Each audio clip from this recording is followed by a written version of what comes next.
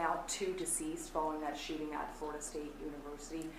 Following and amid that, is there any changes that you want to see to gun legislation? Anything you see broken with gun laws in our Well, country? I'm going to have to, look, I'm a big advocate of the Second Amendment. I have been from the beginning. I protected it.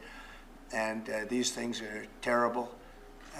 But the gun doesn't do the shooting. The people do. It's, you know, a phrase that's used probably too often.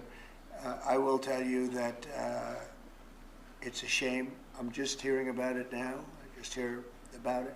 I know the area very well. I know the school very well. I know everything about it. It's Florida. And we'll have more to say about it later. I have What to do see you mean what when you happens. say there will be more to say about it? Only in terms of what happened. As far as legislation is concerned, this has been going on for a long time. I have an obligation to protect the Second Amendment. I ran on the Second Amendment, among many other things, and I will always protect the Second Amendment.